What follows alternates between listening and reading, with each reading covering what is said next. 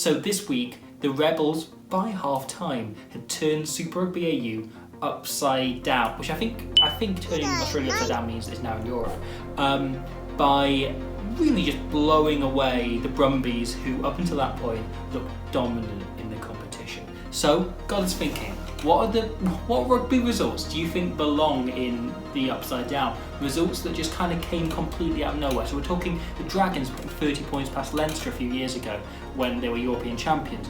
We're talking Australia last year battering the All Blacks by a record scoreline. We're talking any of those kind of mad Wasps early this year putting 60 points past Saracens. Any of those mad results, please send us your favourites. Send us any that really stick with you. Bizarre, balmy results that came out of nowhere.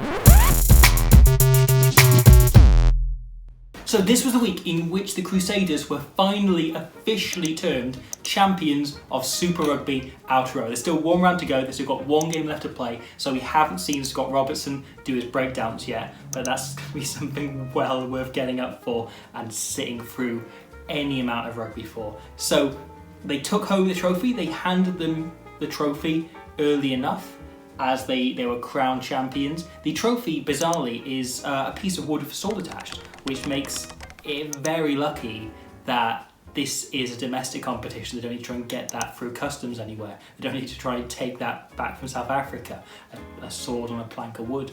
Meanwhile, in Australia, the Brumbies, as I mentioned, were pushed to one side by the Rebels, and the Waratahs put in a huge performance to take apart the Reds. It was quite a weekend for teams winning by a bigger scoreline than you were expecting to do some happening of.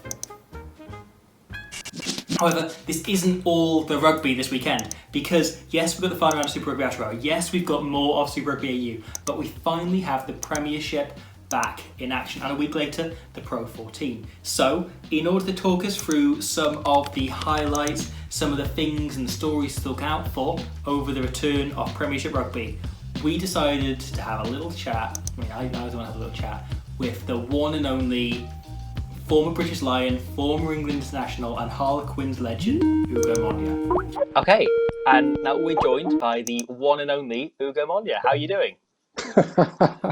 That's very kind of you. Thank you for having me. How are you getting on? Yeah, I'm all right. So, obviously, this weekend, we're just days away from the Premiership restarting. How are you feeling? How are you feeling at the prospect of finally having rugby, rugby that we know rather than, the New Zealand to watch? Yeah, I'm really excited. I've actually really missed rugby. First of all, can I apologise for being in a vest? This isn't my It's normal hot, get it's up, warm, but it's really warm, it's it's fine. remarkably. But yeah, back to the subject. I'm really excited. Rugby's been dormant now for 5 months. And within that time, lots of people would have had their own battles and struggles getting to grips with this new normal.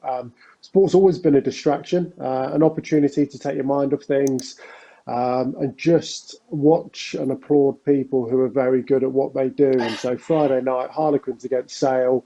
It'll be good to be back at the Stoop. Yeah. It will look different, it will feel different, but it'll be great for it to all come back. So, obviously, going into this weekend, what do you think are kind of the Yeah. key and the most exciting stories in the Premiership? What do you think we should be looking out for?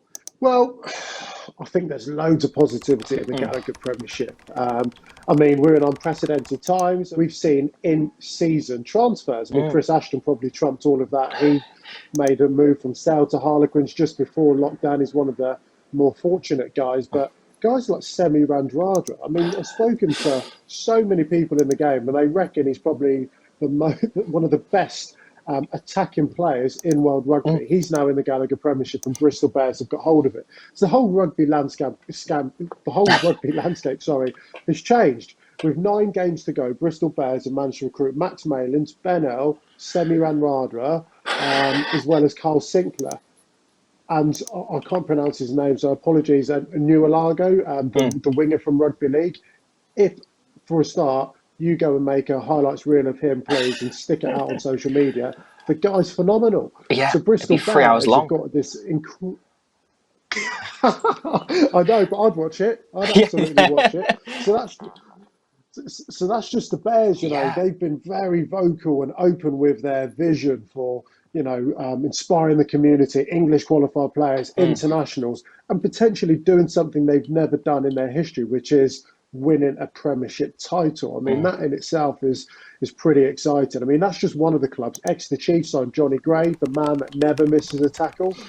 And Exeter Chiefs love a line out drive, and love to tackle. And funny enough, he does all of those things really, really well. So that's the Chiefs are in prime position. There's loads of transfers, loads of quality players to be excited about. I feel like it's a mini season, 9 games to get yourselves into the playoffs. I don't think of it as a resumption. This is day 1 of this new season, which will run through to October 24th. I couldn't have you here and not ask you at least briefly about the 2009 Lions, because I mean, whenever it's one of these things, whenever you come into Lions tours, and speaking as a Welsh fan, there are certain players you really gravitate towards, and every year my mum talks about, or every Lions tour, about having another Ugo, because you became her favourite over the course of that tour. I don't know how this was going to become a question, but I just want. I'll let her know that. She'll be delighted to hear that. Please. Yeah. So yeah.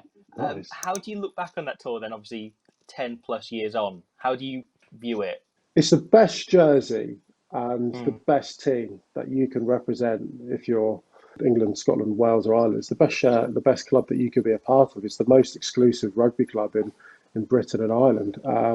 So yeah, I've got so many fond memories. My journey to getting onto the Lions and then being part of the Lions, going through the Test matches was, of course, up and down. But that's kind of what life is. To be selected for the first Test was just incredible. I had opportunities which I didn't take, and then got dropped. And then you have to deal with those emotions. But to finish in the way in which we did, and of course, we weren't celebrating a series victory, and that's of course what we set out to do, and was ultimately disappointing. But the task which we had was to take on the World Cup winners, the Tri-Nation champions at the time. I believe actually probably one of the greatest sides that South Africa have ever produced. When you look at the quality, they beat, I think, New Zealand 3 times in a calendar year. Yeah.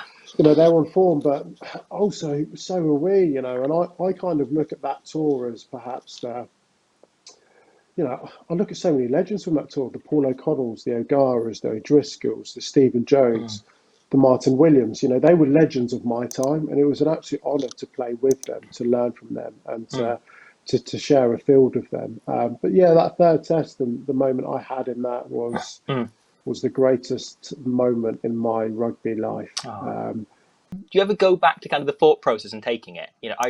It's something that stuck with me that it was apparently the second interception try you scored in your career. And the whole process of like reading it, going through it, sprinting downfield. Do you ever just think back on, what was going through your head? Yeah. I mean, Sean Edwards was our defensive coach, and he was very much wanting his wingers to be very aggressive and get off the line, and 14 men in that front line. We were under severe pressure. South Africa had the ball for many minutes. My initial thought was just to get up. They had an overlap, so I wanted to get up and put pressure on. Who was it? I think it might have been. Oh, it's the fullback. What's his name? Was it Zane Kirshner come in, or was it Zane Kirshner? Yeah, that's it. It was Zane Kirshner. So I wanted to get up, and my first thought was to tackle him man and ball. So I put myself in that position, and I guess part of it is not just the ability to get up and be in that space, but then to make a decision when you're there. And that's something we'd gone through those processes and that detail in those scenarios many times. So as I got up into that space, not only did I realise I could take man and ball, I could actually just leave the man and maybe take the ball. And that's why I stuck out my right hand. And it's one of those decisions. Had I dropped it, I mean, it's a penalty try potentially. I think they're 3 men overlap, and you're definitely going in the bin. But you live and die by your decisions on the rugby pitch. And I backed my ability, and I knew if I caught it, I would score. The Premiership resumes this Friday, and there's going to be games going on throughout pretty much until almost this time next year. Finally, rugby's back in force, and that's not the only exciting news in rugby circles in the British Isles because, and I want to say enormous congratulations to Samuel and Rachel Kennedy Warburton, who this weekend had their second child, the one and only Max James Kennedy Warburton, the new Prince of Wales. It's a very proud moment for my country and for the nation of Wales as a whole as we take on our new monarch, Max Warburton. Beyond that, we asked you last week what were your favourite accidental skill moments of play. I will add as well, I've already recorded this once and I spilt tea over my arm doing it, and I can still feel it. It's still hot, it's still warm. But let's go. Speaking of hot, Cheslin Colby's feet. So Cheslin Colby beat an entire defence, as Reb points out, when falling over in the try for Toulouse. That was a brilliant moment. I can't believe I forgot it last week.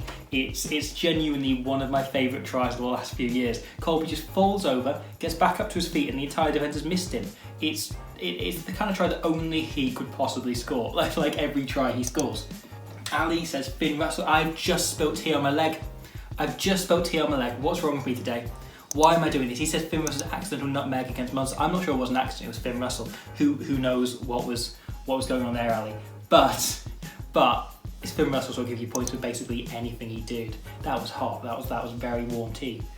Pedro Mayers says you can see Squidge agrees with my comment. I do, and I agree with that comment as well. I agree with your comment. It's a big old circle of comment agreeing here. Harley Worthy says he can't remember the exact game, but Gethin Jenkins scoring under the post from a kick bounding off the post. There's plenty of examples of that, of teams missing or hitting the post for penalties and then actually going to score. Gio Venditti for Italy in the famous Rockgate game as well. There's loads of them out there. And that brings us to the end of another glorious week. Thank you very much for watching. I hope you enjoyed that, and thank you for sending stuff in. Please send us your suggestions for games that belong in the Upside Down, games in which the scoreline just seemed a bit mad, didn't seem right at all. And in the meantime, if you want to see some more rugby, why not subscribe to the World Rugby YouTube channel, and this will drop into your inbox next week when we have more of The Feed.